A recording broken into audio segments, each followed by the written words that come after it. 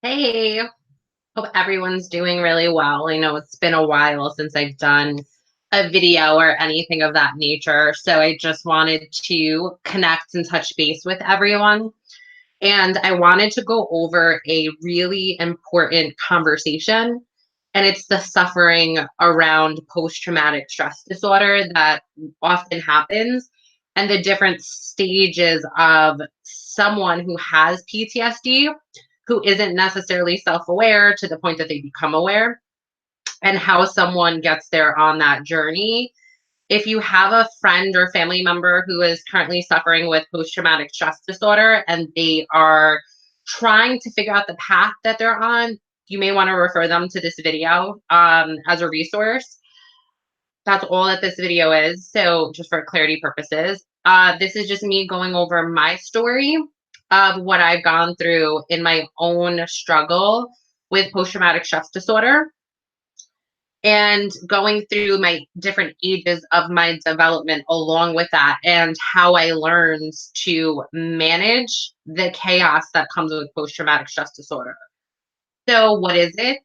Generally, people will say that it's an anxiety disorder or a stress disorder.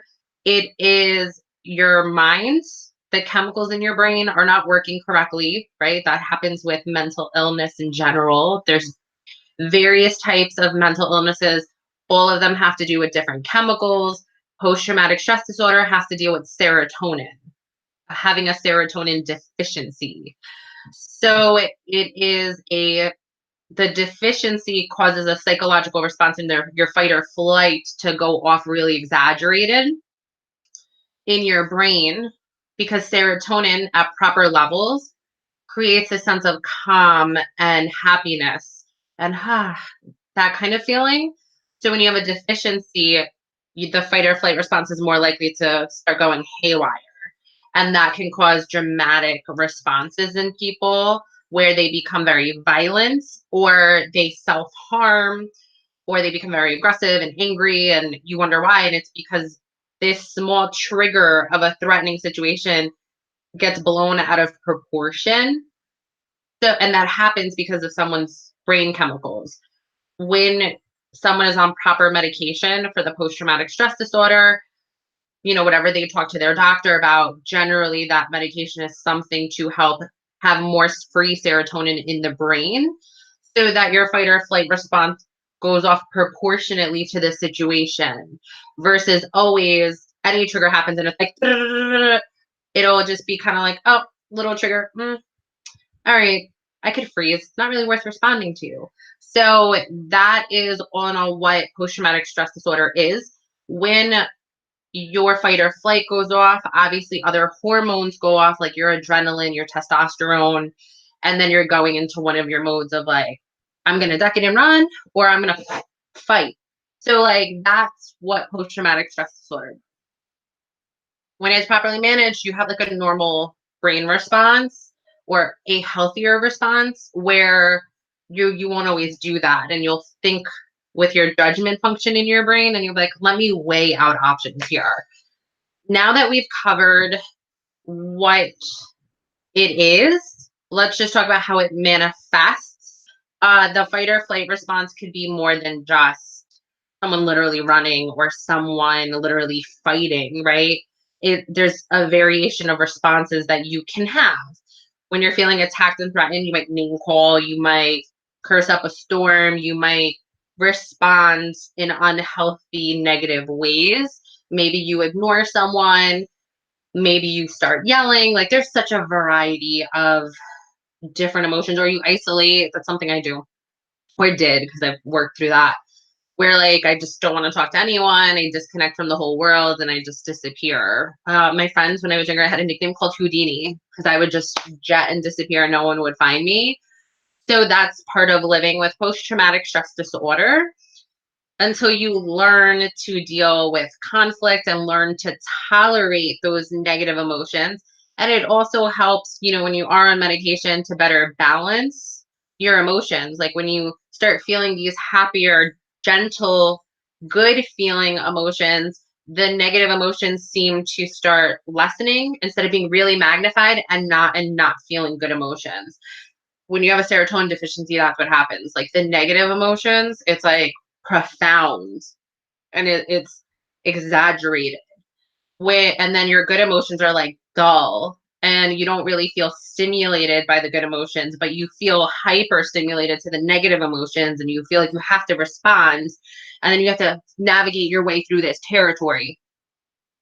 So then when that deficiency is taken care of and your brain chemicals are more leveled out, you'll feel more balanced to deal with life and stress and issues. And you're like, oh, this thing that I blew up about, there was no reason for it and whatever, right? Like, so you start thinking healthier because now your brain is also feeling things too, where you're like, oh, life just feels good and amazing. And this world that we live in is not this scary hellhole I thought it was. It's actually really beautiful and magnificent.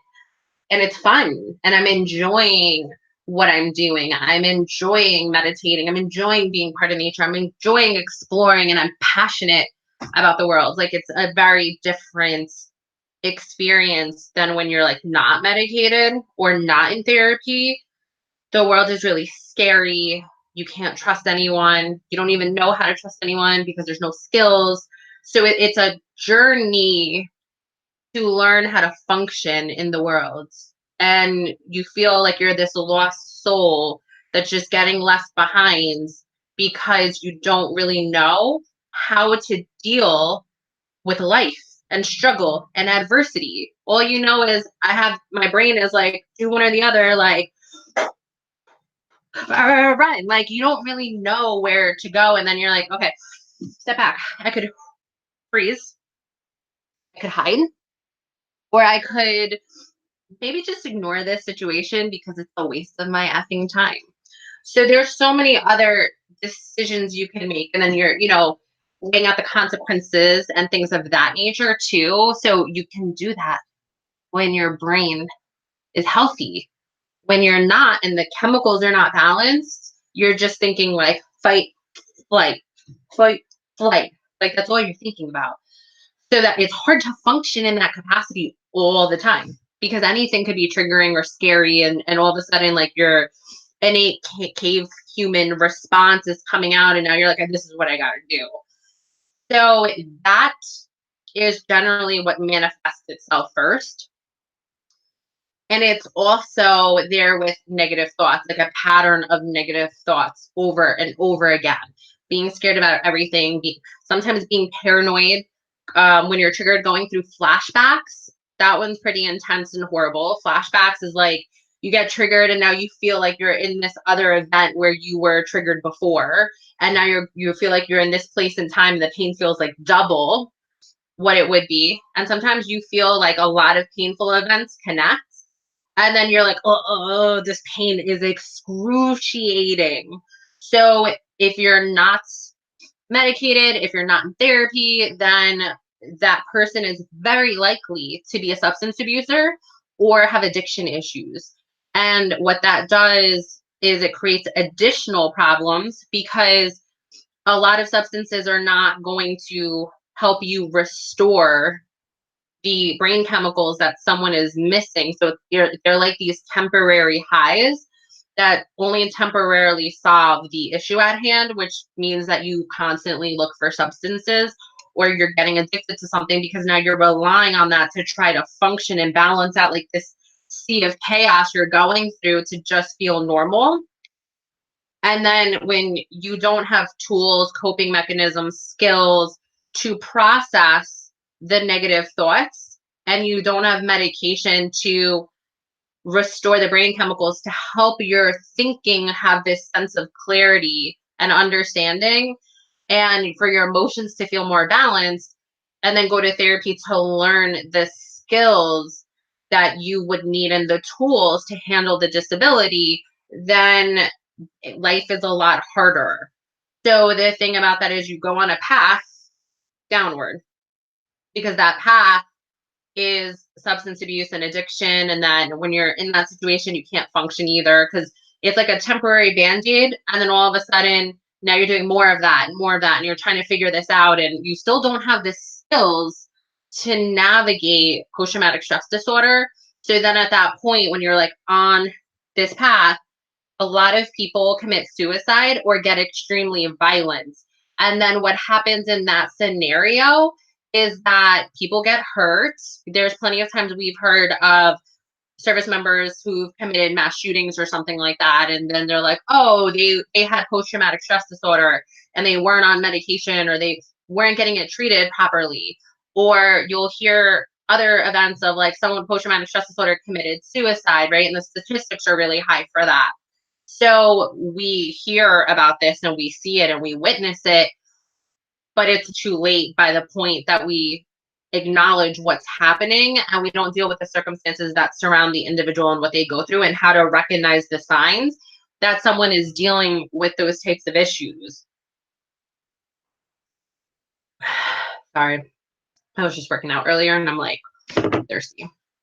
So what I was getting into was that, you know, learning the signs and the symptoms earlier on is definitely a way that you could help somebody who's struggling with PTSD as a mental illness, and just being really compassionate and understanding that that person's not worthless, because they will feel like that themselves. There's so many times people judged me for my decision making and calling me worthless and calling me, you know, that I couldn't deal with things or life or get out of it. And it was really, really painful and it was really hard because it was like I felt like I was constantly trying to prove my worth and myself. And I don't think that's what I needed to do. I just needed help and I needed to get, like anything else. Like, we will see someone who has a physical disability, right? And if you're not on medication and you're not in therapy and you have a disability, just picture someone who doesn't have legs and they don't have a prosthetic, they don't have any tools or skills, and they haven't even learned how to walk with what they have now. There's going to be challenges that they're going to face that someone who does not have their physical disability doesn't have to deal with, right? The issue of putting on shoes and walking, right? Like, that person wouldn't be able to do that in their position. So their disability prevents them from being able to live out a full life.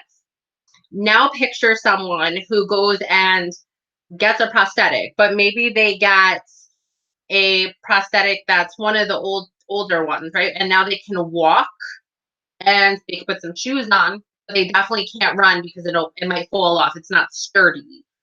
Then we think about the new prosthetics that are like bioprosthetics that have wiring and everything that can attach to your nerve endings. And now it's like you have a superhuman leg on. And now, like, that person is capable of running a marathon with, you know, people in the Olympics who are fully okay. And now they can meet those levels because they have what it takes mentally and emotionally. Now that they have the tools, they can function with a life full of dignity.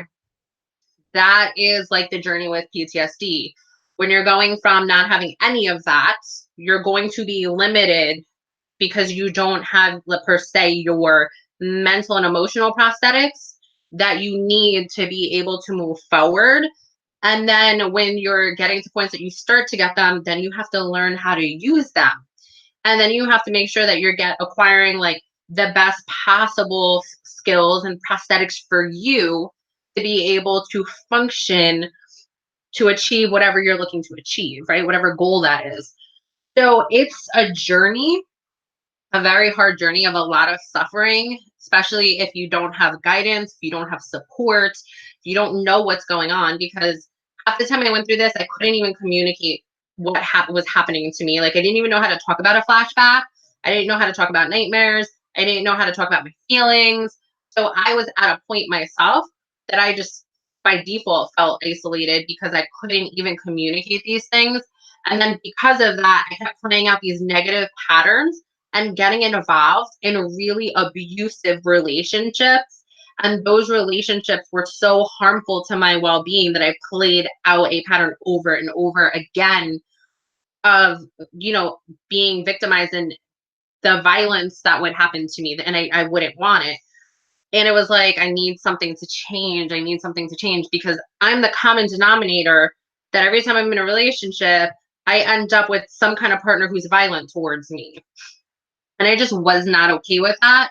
And that's when I really like dialed in on, I really need to get therapy. I really need to figure out what's going on. And I need to fully understand PTSD because I know that that's contributing to this. So I was really just trying to figure things out. And I felt like I really didn't have the guidance or support, but I just had to like navigate this really uncomfortable road until it started to feel more solid and stable. And I was like, oh, cool. I don't feel like I'm drowning anymore. I feel like I'm on land, and I feel like this is a nice kind of walk I'm taking. And that journey itself has taken me 12, 13 years. So I look at the next generation of young people and where they're at and the resources we have. And I feel a sense of responsibility to talk about this so that other young people who are suffering can figure things out ahead of time. So that way they're not playing out those negative patterns or dealing with re-victimization and harming themselves. And that's something else that we just don't talk about is that, like with men, when they go through re-victimization, they are more likely to commit suicide at that point than they are of the actual assaults. Where women, it's opposite. The assault itself is where you would become the most suicidal, and then the re-victimization, you might still play out a pattern, but you are not putting yourself in the same position that a man would be from re-victimization. So there's some studies that just recently came out on that in August.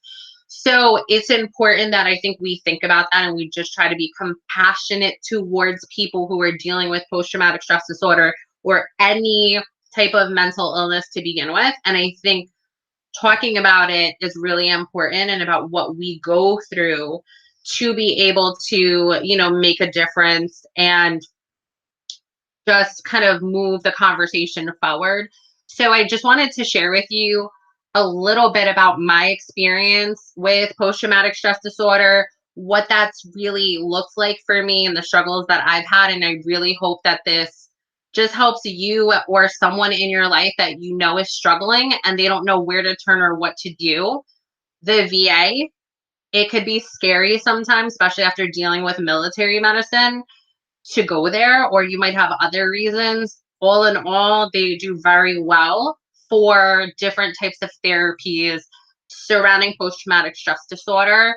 Everything from bonding therapies, cognitive behavioral therapies, DBT, like there's so many different aspects of therapy that they offer. So find what's right for you, work with your doctor to find what medication's right for you, and then, you can live a healthier lifestyle. It's not going to be void of obstacles. Like I wish that's how life was, but your obstacles will still exist. It's just you'll be better able to manage it. Like you'll be more skilled. So you'll feel better about living with post-traumatic stress disorder. And when you feel like you have control over it, there's like this higher level of confidence and you're able to take on, other risks and move forward and move closer towards your dreams. And I think that that's really important. What I do now is I'm running the military sexual trauma movement. So that has been really important to me. If you want to learn more about that, that's at mstmovement.org. If you want to join our email list, just go to mstmovement.org/join and you'll get added to our email list. So I hope that you share this with someone that you think is really suffering and struggling. And hopefully this will give them a little bit of hope and guidance on some of the steps that they can take, because I don't think we talk about the suffering behind the thoughts and why they happen and how, this happens to people we care about. And then by the time we take action, it's too late. It doesn't have to be that way. So I think when we work together and we share knowledge and information, we can make a difference. And that's one way that we can help our community in a really simple way. It's just, hey, I know someone who's suffering and struggling. They're early on into their healing process. I'm going to just drop some knowledge with them. And I think when we start doing that and we raise consciousness as a whole on the issue, we can help people and save lives and also not look at it as, this really scary, dramatic thing that we need to stay away from and have a stigma about. So that's why I felt it was really important to have this conversation. And I know that I have not done a video in who knows long because life happens.